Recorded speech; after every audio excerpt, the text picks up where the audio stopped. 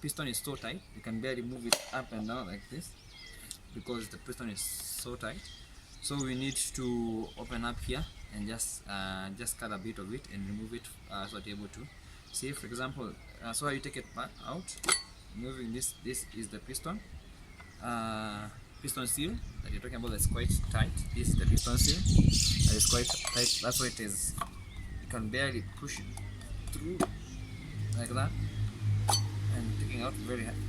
So there's a small sprit you see here, so you get this small sprit, take a screwdriver and pull it out like that, and when that is done you can just take a normal knife, just grab a knife and then remove maybe like a millimeter or two right here like that.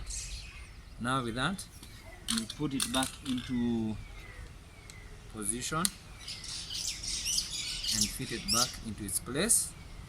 Now you can see it is going through the cylinder in an easier way, not as hard as it was.